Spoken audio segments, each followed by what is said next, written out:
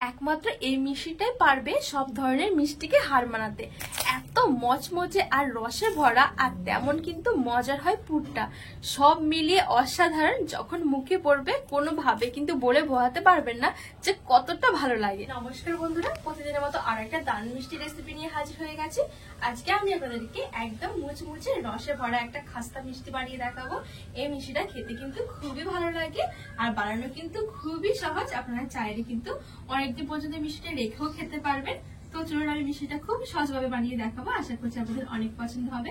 তো পুরো ভিডিওটা না টেনে দেখবে। তো এই মিষ্টিটা বানানোর জন্য সর্বপ্রথম আমি এখানে 1 কাপ মতো ময়দা নিয়েছি। আপনারা চাইলে কিন্তু ময়দার জায়গায় আটাও নিতে পারবেন। তো এবার আমি ময়দাটা একটা বাটির মধ্যে নিয়ে নিচ্ছি, আর সাথে আমি সামান্য একটুখানি লবণ দিয়ে দিচ্ছি। আর এখানে আমি একদম সামান্য একটুখানি কালো জিরে নিয়েছি, এবার কালো জিরে দিয়ে দেবো। আর এখানে আমি একদম সামান্য মানে হাফ চামচের মতন জোয়ান নিয়েছি। এবার আমি জোয়ানটা একটু হাতের মধ্যে ঘষে দিয়ে দেব। আর এই জোয়ানটা দিলে কিন্তু মিষ্টির টেস্টটা আরো বেশি বেড়ে যাবে। মুখে যখন পড়বে মিষ্টিগুলো খাওয়ার সময় খুবই কিন্তু ভালো লাগবে। এখানে দিয়ে দিচ্ছি ঠিক 2 চামচের মতন সাদা তেল। এবার আমি সবকিছু ভালো করে মিশিয়ে নেব, আর তেলটা দিয়ে খুব সুন্দর করে ময়দাটা ময়াম করে নেব। আর এখানে তেলটা দেওয়ার কারণে কিন্তু মিষ্টিগুলো অনেক বেশি মুচমুচে আর খাস্তা হবে। তো এখানে ভালো করে একটু মিশিয়ে নেব। এখানে আমি খুব সুন্দর করে মিশিয়ে নিয়েছি। আর এখন দেখুন কত সুন্দর হয়ে গেছে। হাত দিয়ে কিন্তু চাপ দিলে এরকম জড়ো হয়ে যাচ্ছে। ঠিক এরকম করে কিন্তু ময়াম করে নিতে হবে। এবার আমি এখানে অল্প অল্প করে জল দিয়ে একটা শক্ত ডো তৈরি করে নেব। এই ডোটা কিন্তু খুব বেশি নরম হবে না, আর একটু শক্ত হবে আর কি। এই ডোটা একটু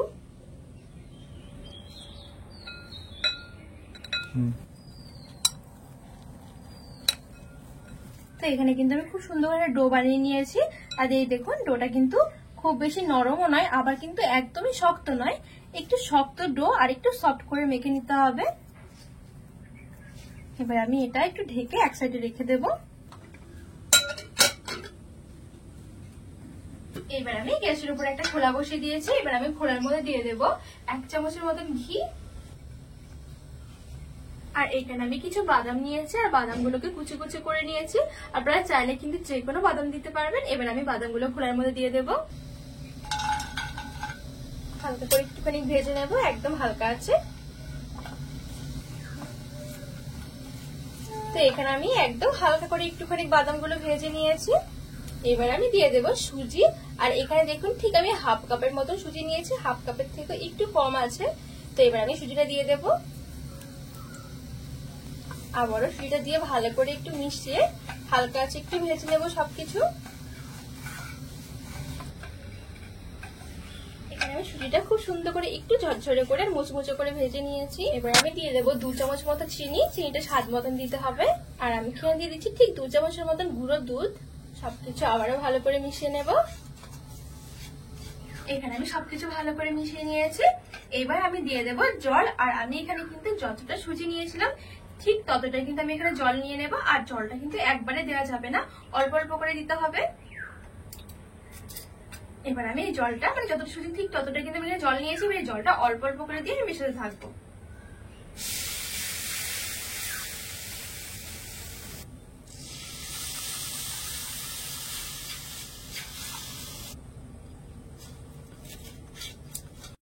তো এখানে আমি সবটুকু জল দিয়ে খুব সুন্দর করে মিশিয়ে নিয়েছি।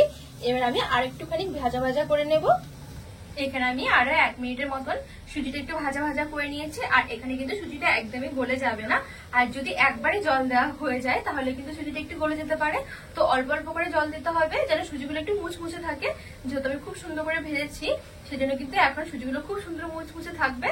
আর খাওয়ার সময় কিন্তু খুবই ভালো লাগবে খেতে। তো এবার আমি গ্যাসের আঁচটা বন্ধ করে দেবো। তো এই বছর আমি খাস্তা মিষ্টিটার জন্য একটা চিনি শিরা তৈরি করে নেব। তো এখানে আমি একটা বাটি বসিয়ে দিয়েছি। তারপর আমি এখানে দিয়ে দেবো ঠিক 3 চামচের মতো চিনি। এখানে কিন্তু খুব বেশি চিনি শিরা দরকার হবে না, অল্প হলে কিন্তু হয়ে যাবে। তো এখানে আমি চিনিটা দিয়ে দেবো। এবার আমি জল দিয়ে দিচ্ছি। ঠিক যতটা চিনি নিয়েছিলাম ঠিক ততটা আমি জল দিয়ে দিচ্ছি। আর একটা এলাচ দিয়ে দিলাম। এবার আমি চিনিটা ভালো করে একটু গলিয়ে নেব। তো এখানে কিন্তু খুব সুন্দর করে চিনিগুলো গলে গেছে। আর শিরাটাও কিন্তু খুব সুন্দর করে চিটচিটে হয়ে গেছে। এখানে কিন্তু শিরাটা একটু চিটচিটে ভাব করতে হবে। তো এবার আমি শিরাটা নামিয়ে নেব। এবার যে ময়দার ডোটা মেখে রেখেছিলাম, এই ডোটা আরেকটু ভালো করে মেখে ছোট ছোট করে লেচি কেটে নেব।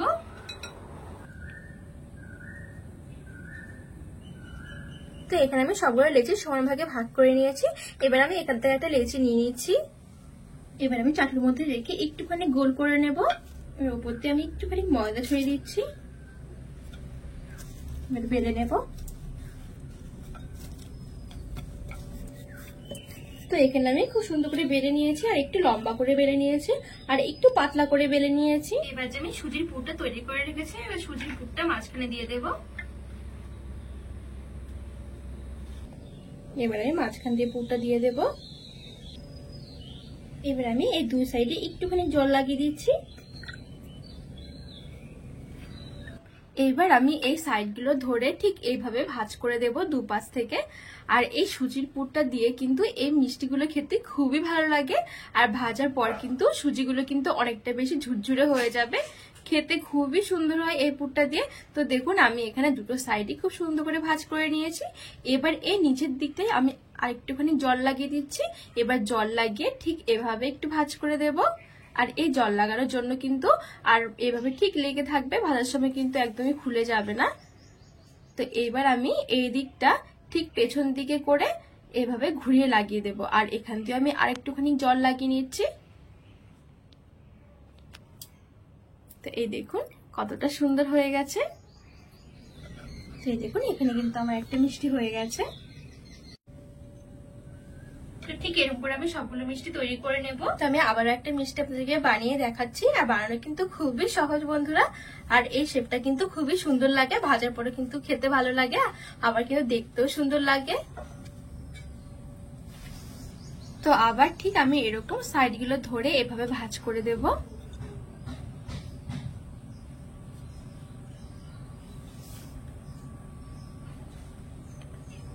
আর এই নিচের দিকটায় আমি আরেকটুখানি জল লাগিয়ে দিচ্ছি। জল লাগিয়ে এবার আমি এদিকে ভাঁজ করে দিচ্ছি।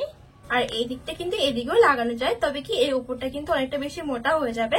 আর এটা একটু পেছন থেকে ঘুরিয়ে দিলে দুদিক থেকে কিন্তু খুব সুন্দরভাবে সমানভাবে হবে, আর খেতেও কিন্তু খুব ভালো লাগবে, অনেকগুলো লেয়ার থাকবে।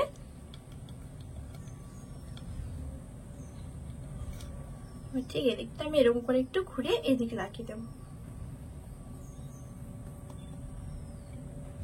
দেখুন এখানে কিন্তু আমার আরো একটা মিষ্টি হয়ে গেছে।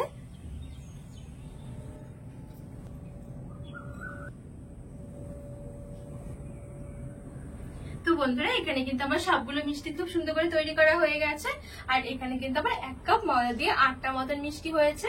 এবার চলুন আমি এই মিষ্টিগুলোকে ভেজে নেবো মুচমুচে করে। তো এখানে আমি কিছুটা তেল হালকা করে গরম করে নিয়েছি, মানে তেলটা কিন্তু এখনো পুরোপুরি গরম হয়নি, সবে কিন্তু গরম হতে শুরু করেছে। এবার আমি মিষ্টিগুলো ছেড়ে দেবো।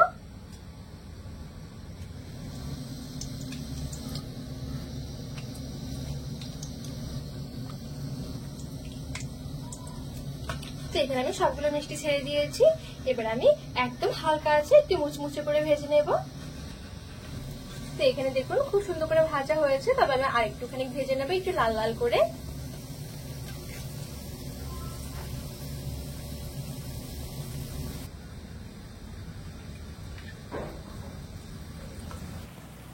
তো বন্ধুরা এখানে কিন্তু আমার মিষ্টিগুলো খুব সুন্দর করে ভাজা হয়ে গেছে, একদম পুরো মুচমুচে করে।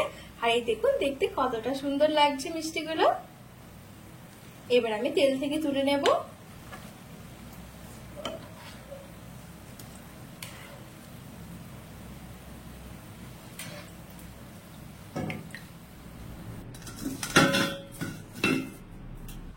তো এইবার আমি এখান থেকে ভাজা মিষ্টিগুলো নিয়ে যে আমি আগে থাকতে চিনি শিরাটা তৈরি করে রেখেছিলাম, এবার এই চিনি শিরার মধ্যে মিশিয়ে নেব।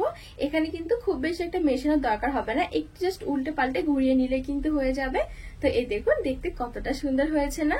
তো এইভাবে করে সবগুলো মিষ্টি এভাবে চিনি শিরার মধ্যে আমি মিশিয়ে নিয়েছি, আর সাথে আমি একটু বাদাম কুচি দিয়ে সাজিয়ে নিয়েছি, দেখতে আরো ভালো লাগবে। আর এই মিষ্টিগুলো কিন্তু আপনারা রেখে অনেকদিন পর্যন্ত খেতে পারবেন, আর খেতে এতটা ভালো হয় আপনারা কিন্তু না বানিয়ে খেলে একবারও বুঝবেন না। একদম পুরো মচমচে থাকে, আর যখন সুজির পুরটা মুখে পড়বে না, মানে সব মিলিয়ে অসাধারণ লাগে। অবশ্যই এভাবে একবার বাড়িতে বানিয়ে দেখবেন, আশা করছি অনেক ভালো লাগবে। আজকে খাস্তা মিষ্টি রেসিপিটি কেমন লেগেছে অবশ্যই কিন্তু কমেন্ট করে জানাবেন, আর রেসিপিটি ভালো লাগলে চ্যানেলটিকে সাবস্ক্রাইব করে পাশে থাকা অনুরোধ রইল।